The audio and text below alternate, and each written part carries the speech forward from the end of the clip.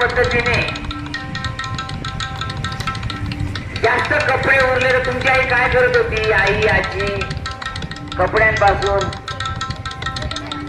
बरोबर गोधडी शिवत होती, हो की नाही? तुम्हाला माहिती आहे का, अतिशय टाकाऊ वस्तूपासून टिकाऊ वस्तू जी बनवली गोधडी असेल किंवा दोर असेल, आज तुम्ही हसताय परंतु गोधडीची किंमत ही होऊ शकत नाही. कितीही मोठ्या दुकानामधून तुम्ही वस्तू आणली, ब्लँकेट आणा काही आणा, पण त्या गोधडीची ऊब आपल्याला मिळते अशी ऊब कुठलीही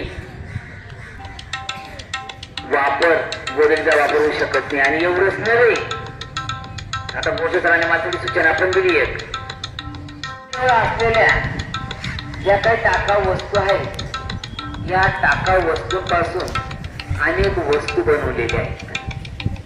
तुमच्या घरी सुद्धा बघा, जुन्या ज्या वस्तू आहेत, जुन्या ज्या परंपरा आहेत, या फार महत्वाच्या आहेत. या परंपरेतूनच आपला डिजिटल इंडिया तयार झालेला आहे. आपल्या समोर बघा, या लहान लहान मुलांना आम्ही काल सांगितलं, टाकाऊ वस्तूपासून टिकाऊ वस्तू बनवणार. या एका विद्यार्थिनीने पूर्वीच्या काळी कशा पद्धतीने आता संत ऋषी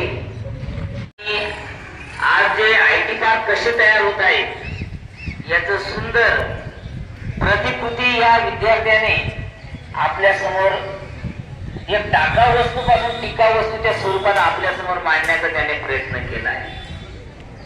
त्याच्यानंतर या एका विद्यार्थ्याने एक सध्या सिमेंट कॉन्क्रीटचं जंगल वाटतंय तो बंगला बनवला आहे. आणि तो बंगला सुद्धा अतिशय सुंदर रीतीने या विद्यार्थ्याने तो बंगला बनवला आहे. आणि त्या विद्यार्थ्याने त्याच्या घरी जे पडलेले असतील कागद वगैरे,